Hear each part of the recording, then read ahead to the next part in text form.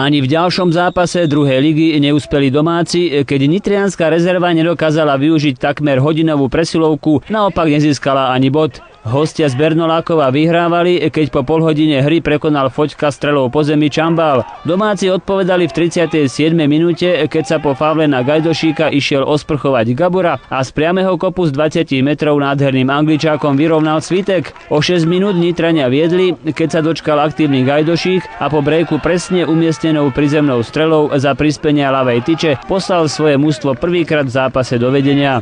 Záver prvej časti zápasu však patril hosťom, keď po rohovom kope a strieľanom centri z pravej strany nikým nekrytý Hál doklepol loptu do siete, čím vyrovnal na 2-2. Napokon sa rozhodlo už v 51. minúte, keď Bureš dostal prihrávku do behu na hranici offsideu a pomedzi Foťkové nohy zabezpečil hosťom výhru, pretože snaha domácich o zvrátenie stavu zostala bez gólového efektu.